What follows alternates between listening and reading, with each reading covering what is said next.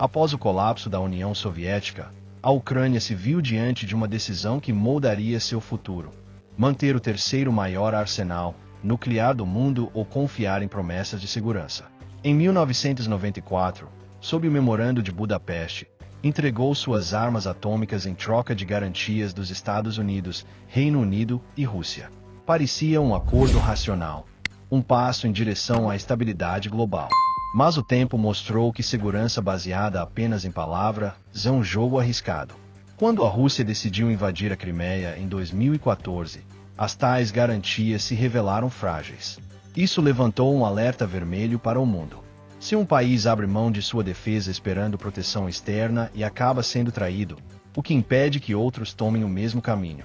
Coreia do Norte, por exemplo, olha para a Ucrânia e vê um motivo para jamais desistir de suas ogivas. E quem pode julgá-los? Afinal, a realidade geopolítica é brutal. Quem tem força dita as regras. Em retrospecto, será que a Ucrânia teria sido invadida se ainda possuísse suas armas nucleares? Essa pergunta ressoa fortemente nos corredores do poder global. E agora, sem dissuasão nuclear, a Ucrânia teve que recorrer a outra estratégia: inteligência militar, tecnologia e resistência. Com a guerra em curso, ela aprendeu que, se não pode confiar apenas em tratados, precisa inovar. O campo de batalha mudou. A nova guerra não é só de tanques e soldados, mas também de drones, informação e táticas de guerrilha. E a Ucrânia não demorou a encontrar maneiras de virar o jogo. No tabuleiro da guerra, cada pedaço de terra conquistado ou perdido pode mudar o rumo da história. Em Torets, a Ucrânia demonstrou exatamente isso. Mesmo diante da brutalidade russa, suas forças lançaram uma contraofensiva cirúrgica, retomando uma posição crucial. Mas por que essa cidade importa tanto? Simples: Torets fica em um terreno elevado, um verdadeiro trunfo estratégico. De lá, os ucranianos podem observar e controlar rotas de abastecimento essenciais para o inimigo, desequilibrando a logística russa. A vitória em Torets não foi apenas territorial, mas também psicológica. Enquanto a propaganda russa alardeava um controle absoluto, a realidade no campo de batalha era bem diferente. A Ucrânia, com precisão e agilidade, virou o jogo, expondo falhas graves na ocupação russa. Isso minou a moral das tropas invasoras e gerou um impacto devastador na narrativa do Kremlin. Não basta vencer no solo, é preciso vencer na percepção global. E os ucranianos têm jogado essa partida com maestria. Mas esse sucesso não veio do acaso. Ele é fruto de um novo modo de lutar, baseado em inteligência e estratégia. A Ucrânia aprendeu que não basta resistir. É preciso antecipar os movimentos do inimigo e agir no momento certo. A vitória em Torets é apenas um exemplo de como o conflito está sendo redefinido. E, enquanto a Rússia tenta recuperar o fôlego, um novo desafio se desenha no horizonte. A guerra moderna não perdoa erros, e a Rússia aprendeu isso da pior forma. Em Torets, seu comando militar declarou vitória cedo demais, acreditando que o controle da cidade estava consolidado. O problema: a realidade no campo de batalha dizia o contrário. Enquanto a propaganda oficial pintava um quadro de sucesso, as tropas ucranianas já estavam organizando uma contraofensiva devastadora. Resultado? Um ataque fulminante que pegou os russos de surpresa, forçando uma retirada caótica e expondo falhas graves no planejamento. O erro não foi apenas militar, mas também comunicacional. Blogueiros russos, ansiosos para espalhar a narrativa de um avanço imbatível, acabaram entregando informações valiosas ao inimigo. Ao postarem vídeos e imagens das conquistas russas, revelaram, sem querer, detalhes estratégicos sobre posicionamento de tropas e movimentação logística. A Ucrânia, sempre atenta, soube explorar essa falha e direcionou seus drones e artilharia para os pontos exatos onde o inimigo estava concentrado. Um exemplo clássico de como a desinformação pode se voltar contra quem a utiliza. Mas esse tipo de erro não é novidade. Desde o início do conflito, a Rússia tem subestimado a Ucrânia, confiando mais na força bruta do que na estratégia refinada. O problema é que, no século XXI, Vencer uma guerra exige muito mais do que apenas números. A Ucrânia provou que inteligência e tecnologia podem superar poderio militar tradicional. E enquanto Moscou tenta se reorganizar, os ucranianos já estão um passo à frente. Se antes a guerra era dominada por tanques e infantaria, hoje drones redefinem o campo de batalha. A Ucrânia entendeu isso rapidamente e transformou esses dispositivos em armas letais. Um dos maiores exemplos são os chamados cortadores de estradas, drones especializados em interromper as linhas de abastecimento russas.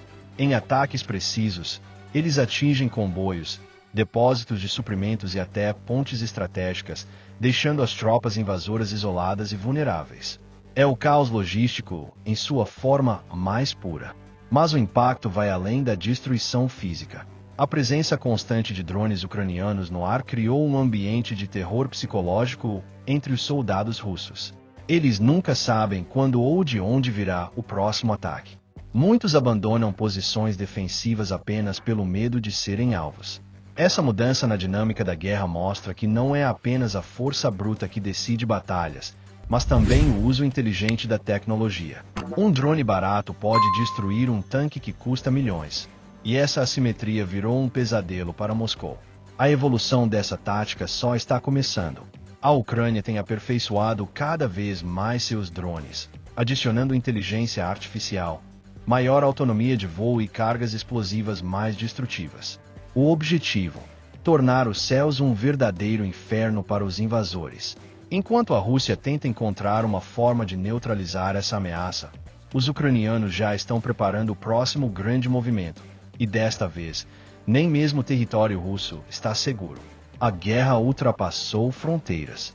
Se antes os russos se sentiam seguros dentro de seu próprio território, agora a realidade é bem diferente.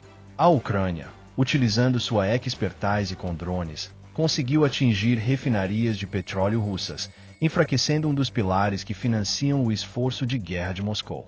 O ataque à refinaria de Ufa, a 1.300 quilômetros da linha de frente, foi um marco.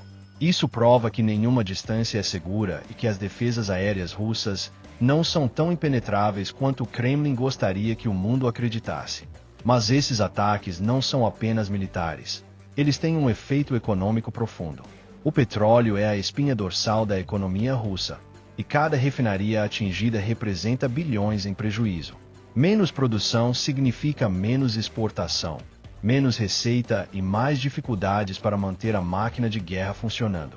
Além disso, cada ataque bem-sucedido gera instabilidade, fazendo investidores pensarem duas vezes antes de colocar dinheiro na Rússia.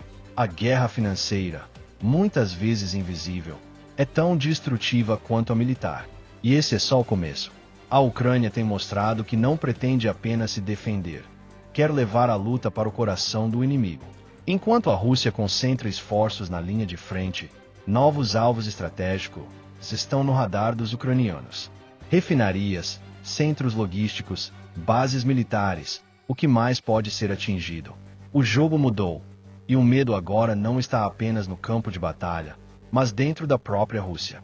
E enquanto Moscou tenta lidar com essa nova realidade, os líderes ocidentais se reúnem para discutir o próximo passo.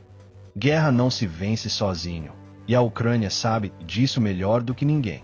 Por isso, líderes europeus se reuniram em Londres para reforçar o apoio militar ao país. O Reino Unido, sempre na linha de frente da ajuda ocidental, apresentou um plano de 4 pontos para garantir a segurança ucraniana e impedir futuras agressões russas. Armas avançadas, assistência financeira e apoio estratégico foram discutidos. Mas a grande questão é: isso será suficiente para conter a Rússia a longo prazo? A guerra já provou que promessas são fáceis, mas compromissos reais exigem ação. A aliança entre a Ucrânia e o Ocidente não se baseia apenas em solidariedade, mas em interesses geopolíticos. Se Moscou não for contida, quem será o próximo alvo? Países Bálticos? Polônia? Moldávia? Manter os russos ocupados no fronte ucraniano é uma estratégia crucial para evitar que o conflito se espalhe ainda mais. Além disso, a guerra tem sido um campo de testes para novas tecnologias militares, com a OTAN aprendendo em tempo real como enfrentar um adversário como a Rússia. Drones, artilharia de precisão, guerra eletrônica. Tudo está sendo aprimorado no calor do combate. Mas apoio internacional não é infinito. Com eleições se aproximando em vários países e pressões econômicas internas, alguns aliados começam a questionar até quando essa ajuda pode continuar fluindo. A Ucrânia precisa garantir que sua resistência continue impressionando o mundo, mostrando que cada arma enviada é bem utilizada. E enquanto os debates políticos fervem no Ocidente, no campo de batalha não há tempo para hesitação. A guerra continua, e cada nova decisão pode ser decisiva para o futuro.